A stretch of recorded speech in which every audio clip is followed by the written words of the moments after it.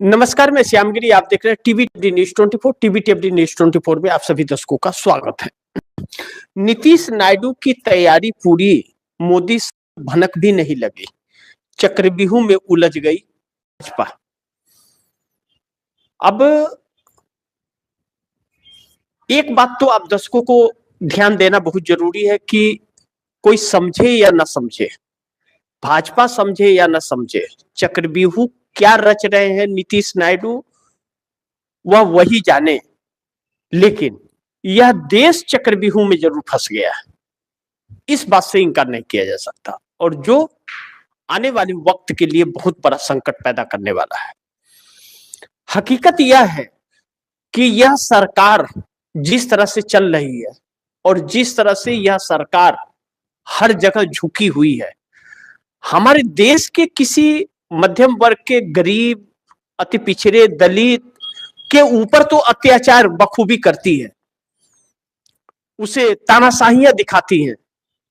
कभी बजरंग दल आ जाएगा, तो कभी विश्व हिंदू परिषद आ जाएगा, तो कभी भाजपा के पाखंडी नेता आ जाएंगे, तानाशाही दिखाएंगे। कभी पुलिस आकर के अपना आतंक, गुंडागर्दी दिखाएगी।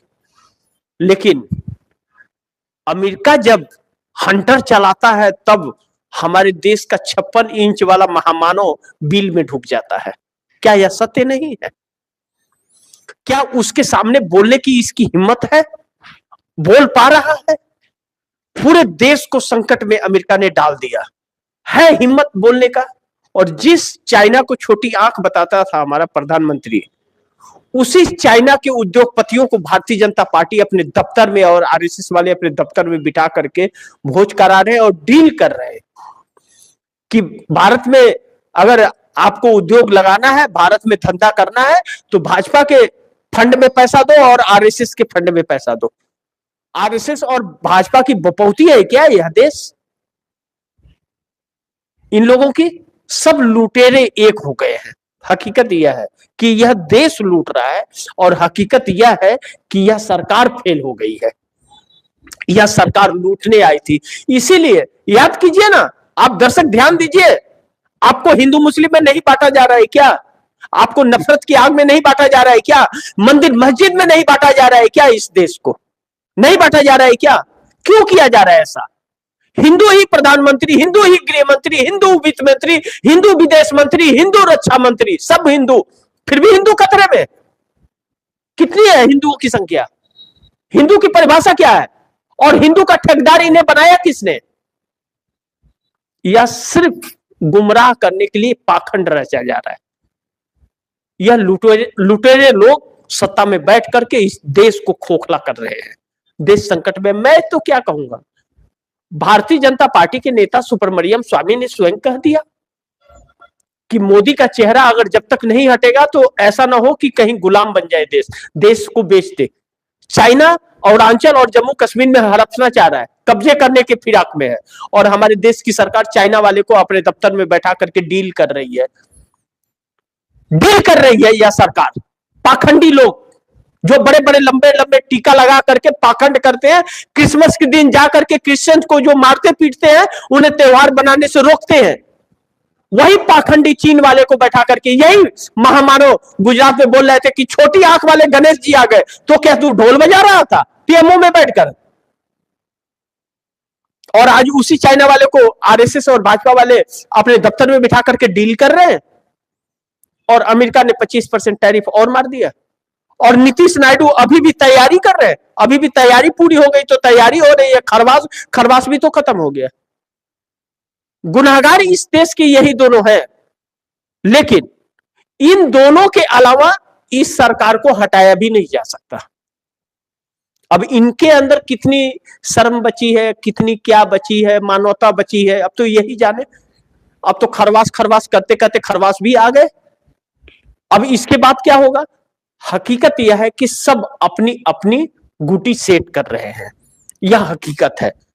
अब देखना यह होगा कि इन लोगों की तैयारी क्या है, लेकिन नीतीश क्या करेंगे नहीं करेंगे वह नीतीश जानते हैं, लेकिन चंद्रबाबू नायडू बहुत बुरी तरह से उलझ गए। अब अमेरिका ने आज जैसे ऐलान हुआ कि 25% टैरिफ और लगा देगा, और जो ईरान से व्यापार कर रहा है जो भी देश, उस देश के ऊपर 25% टैरिफ अमेरिका ने लगाया।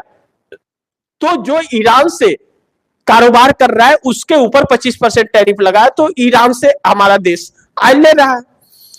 तकरीबन 1.08 बिलियन डॉलर का व्यापार ईरान से हमारा देश कर रहा है, तो 25% टैरिफ लग गया, और 50% इसके पहले टैरिफ लगा था। यानी कि अब टैरिफ की संख्या 75% भारत पर हो गई, कि भारत में से अगर कोई भी सामान 100 रुपया का जाता है अमेरिका, तो वहां जाकर के 175 रुपया उसका हो जाएगा। 100 रुपये के सामान पर 75 रुपया का टैक्स होगा। तो फिर भारत में कंपनी खोल करके अमेरिका में सामान क्यों बेचे? अमेरिका में ही नहीं कर दे कि वहां फिर टैक्स की भी छूट मिलेगी और यहां 75% भी बच जाएगा। तब तो जो पैसे लगा करके उद्योगपति कंपनी खोलने वाले हैं वह यहां क्यों रहे? 40 लाख दे या 40 करोड़ दे, वहां की नागरिकता ले लेंगे। गोल्ड कार्ड है वो बांट रहा है अमेरिका, तो वहां पे करेंगे। मोदी के झुंझुना क्यों और इनको क्यों चंदा देगा? तो अब शेयर मार्केट 3-4 दिनों से जो गिर रहा था, जब मुकेश अंबानी ने लेटर जारी किया था उस दिन से गिरना जो चालू हुआ और लगातार गिरता जा रहा था, आज शेयर मार्केट पूरी तरह से फिसल गया। अब ऐसे में अभी से कुछ पल बाद जब शेयर मार्केट बंद होगा तो उसका पूरा आंकड़ा आएगा, तो आप दर्शकों को अगले कार्यक्रम में मैं बताऊंगा उसको। लेकिन अब परिस्थिति यह है कि ईरान से भी हमारा पहले भी संबंध मोदी सरकार ने बना के नहीं रखा, और ईरान के साथ लड़ाई हो रहा था तो भी हमारे देश की सरकार ने अपना स्टैंड नहीं रख पाया।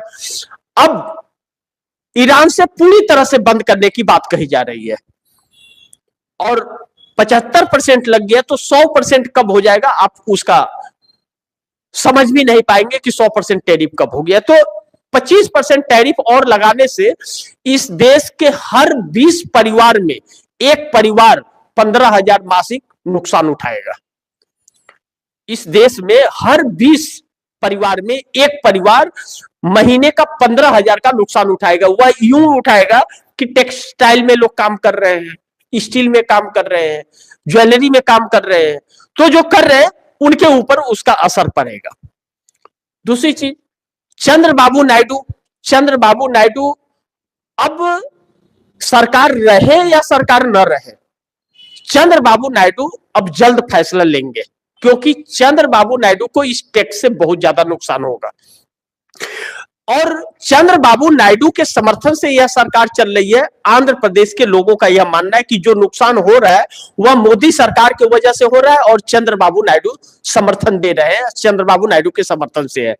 तो अगर चंद्रबाबू नायडू ने समर्थन नहीं लिया तो और बने रहे तो दिक्कत नहीं है कोई, लेकिन उसके बाद उनकी राजनीति खत्म हो जाएगी। अभी तो उनकी पूर्ण बहुमत की सरकार है तो सरकार चल जाएगी, लेकिन उसके बाद उनकी सरकार का पत्ता साफ हो जाएगा आंध्र प्रदेश में। इस बात को चंद्रबाबू नायडू समझ गए, तो चंद्रबाबू नायडू अपनी दूरी बहुत जल्द बनाने वाले। लेकिन नीतीश कुमार की तैयारी क्या है?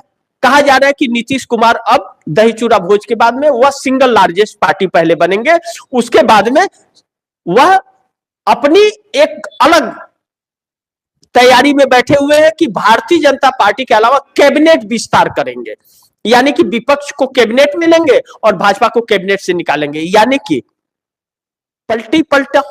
यही बात हुआ, इसका मतलब अर्थ हुआ ना, मैं तो सीधा अर्थ निकाल रहा हूं कि इसका मतलब पलटी मारना है। लेकिन क्या इतनी हिम्मत दिखा पाएंगे अब? लेकिन एक चीज है, यह देश इंतजार कर रहा है कि यह दो खोटे सिक्के जो हैं, जो कहा जाता है कि खोटा सिक्का भी कभी काम आ जाता है, ऐसे वक्त में भी यह दोनों खोटी सिक्के अगर देश के काम नहीं आए तो फिर लानत है ऐसे नेताओं पर। लेकिन दूसरी तरफ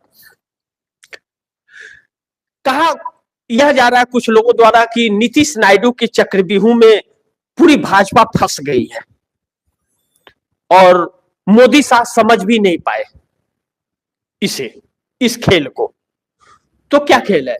एक खबर जो निकल करके आई कि चंद्रबाबू नायडू जो है राहुल गांधी के संपर्क में थे, मैंने अपनी खबर में बताया भी था। तो राहुल गांधी का कहा जा रहा है यह कि चर्चा इस बात की है कि राहुल गांधी ने साफ कह दिया है कि देखिए हमारे पास 100 सीटें लोकसभा की हैं और हम 100 लोगों का समर्थन देने के लिए तैयार है बिना किसी शर्त।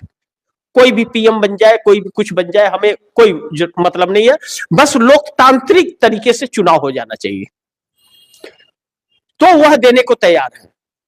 और नरेंद्र मोदी कह रहे हैं कि मिशन 37 चल रहा है, मिशन 37 यानी कि 37 सांसद को इधर उधर करने की कोशिश की जा रही है। और नीतीश कुमार अपनी सत्ता बिहार में चाहते हैं, उसके लिए नीतीश को अगर 5 साल सीएम रहना है तो भाजपा का साथ छोड़ना पड़ेगा, इसके अलावा कोई रास्ता नहीं है। अब तो भारतीय जनता पार्टी ने तेज प्रताप यादव, जो लालू प्रसाद यादव के बड़े बेटे, उनको भी भाजपा में शामिल कर लिया, तो आरजेडी तो खत्म ही है अब। तो नीतीश कुमार यह समझ गए हैं कि फिर वह आरजेडी के लोगों को लेकर के 5 साल सत्ता कायम रखना चाहते हैं। देखना होगा कि रख पाते हैं या नहीं। तो नीतीश अगर यह खेल कर दिए जिस तरह से वह काम कर रहे हैं, तब तो नीतीश नायडू की यह तैयारी मानी जाएगी कि नीतीश नायडू की यह तैयारी जो है, इसका मोदी शाह कल्पना नहीं कर पाए। लेकिन मोदी को यह भनक लग गई है कि मिशन 37 चल रहा है, यानी कि 37 सांसदों को एनडीए से खींचने का काम चल रहा है। तो 30 तो नीतीश और नायडू ही हो जा रहे हैं, 7 कौन है? भाजपा को इस बात का संदेह है कि वह 37 सांसद एक साथ जाने वाले हैं, यानी कि सरकार गिरने वाली है, या सरकार को यह एहसास हो गया है। इसीलिए देश में जो है वो नफरत फिर एक बार बोआ जा रहा है। अजीत डोभाल भी आ रहे हैं तो युवाओं के अंदर आग भड़का रहे हैं, हिंदू मुस्लिम करने की बात कर रहे हैं, और नरेंद्र मोदी अब डमरू बजाने लगे हैं। कुछ दिन बाद देखिएगा आप दर्शक, अगर चाय तो नहीं बेचेंगे लेकिन बंदर बंदरिया को लेकर के गांव देहातों में बंदरिया का नाच नचाते जरूर नजर आएंगे। और नरेंद्र मोदी का पाखंड ही इस देश को ले डूबा। आज यह देश कंगाल हो गया, अमेरिका कब्जा करना चाहता है और चीन अरुणाचल और जम्मू कश्मीर पर अपना कब्जा जताने के लिए हर संभव प्रयास कर रहा है। और भारतीय जनता पार्टी और आरएसएस अपना घर भरने के लिए भाजपा दफ्तर में सबको बुला करके फंड इकट्ठा कर रही है। इंतजार कीजिए, बहुत कुछ तस्वीर बदलने वाली है और इन नेताओं के साथ साथ इस देश को भी जगना होगा, अन्यथा गुलाम बनने के लिए फिर एक बार यह देश तैयार हो जाए। इसके अलावा कोई रास्ता मुझे नहीं लगता कि है। आप लोगों के पास होगा तो कमेंट में जरूर बताइएगा। बाकी आप दर्शकों से गुजारिश निवेदन करूंगा, इस खबर को ज्यादा से ज्यादा शेयर कीजिए, अपने दोस्तों को भी कहिए आगे शेयर करें।